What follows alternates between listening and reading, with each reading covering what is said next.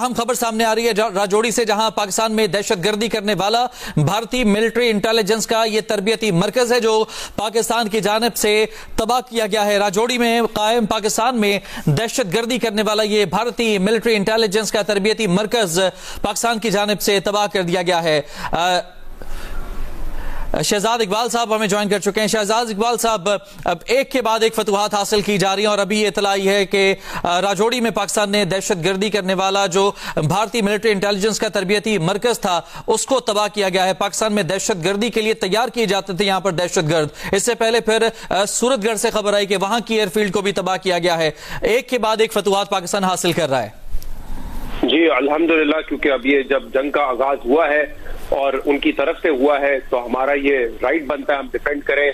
और अगर पाकिस्तान को ये फतवाहत हासिल हो रही हैं तो हमें अपनी फौज पर, अपनी एयरफोर्स पर, अपनी नेवी पर फख्र करना चाहिए कि वो इतना डट के मुकाबला कर रहे हैं। और शाहजेब बिल्कुल दुरुस्त कह रहे हैं कि जो कहा जा रहा था कि हमारी तैयारी है वो बाकायदा नजर आ रही है।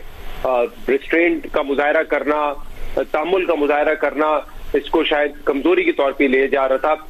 लेकिन अब जब आप ये तफसीलात मजीद बता रहे हैं कि उनके एयर बेसेस, उनकी एयरफील्ड और इसके अलावा अब जो दहशतगर्दी के ट्रेनिंग कैंप थे जहां से पाकिस्तान में दहशतगर्दी होती थी, भारत ये शिकवा कर रहा है कि पहलगाम में जो हुआ टूरिस्ट के साथ बहुत बुरा हुआ। बिल्कुल हम सब ने उस पर अफसोस का इजहार किया, हम सब ने उसकी मजम्मत की है। लेकिन आप ये देखें कि उसके मुकाबले में पाकिस्तान में कितने हमले होते हैं दहशतगर्दी के। कहीं पे टीटीपी एक्टिव है तो उनका अलायंस जो है वो रॉ से जाके मिलता है। कहीं पे बीएलए जो है वो हमले कर रही होती है, हमारे सिक्योरिटी एहलकारों को निशाना बना रही होती है। जबान के बेसिस पे जो है वो लोगों को निशाना बना रहे होते हैं और कैसे कहां से उनको सपोर्ट मिलती है भारत से। तो अगर वो ट्रेनिंग कैंप्स जो कि भारतीय खुफिया एजेंसी के साथ मिलकर काम कर रहे थे, उनको वो ट्रेनिंग दे रहे थे और पाकिस्तान में आके दहशतगर्दी हो रही थी, तो मेरे ख्याल से ये एक बड़ी कामयाबी है कि अगर हम उन ट्रेनिंग कैंप्स को निशाना बना सकते हैं।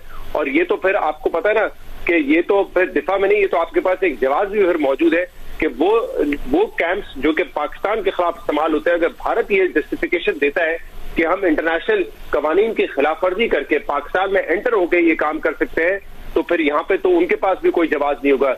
ये तो फिर टिट फॉर टैट होगा कि अगर आप कहते हैं कि इंटरनेशनल बॉर्डर्स की खिलाफ वर्जी नहीं होती, कि अगर हम दहशतगर्दों को आके मार रहे हैं, हम पाकिस्तान के खिलाफ तो नहीं हमला कर रहे हैं, हम तो दहशतगर्दों के खिलाफ कर रहे हैं, तो फिर यही जस्टिफिकेशन जो है पाकिस्तान भी देगा कि हमने कौन सा इंटरनेशनल बॉर्डर को क्रॉस किया, हमने भी दहशतगर्दों को मारा है जो पाकिस्तान में दहशतगर्दी कर रहे हैं। तो मेरे ख्याल से भारत ने पूरी दुनिया में बार बार नाकामी उठाई है। एक तो पहले उनका पहलगाम वाला जो पूरा इंसिडेंट था, जो उन्होंने कहानी रची, वो डिप्लोमेट्स ने तक बाय नहीं की। जितने भी डिप्लोमेट्स ने इंटरनेशनल न्यूज़पेपर्स को इंटरव्यू दिए उसमें वो कह रहे कि हमारे सामने कोई कॉन्क्रीट एविडेंस नहीं रखा गया।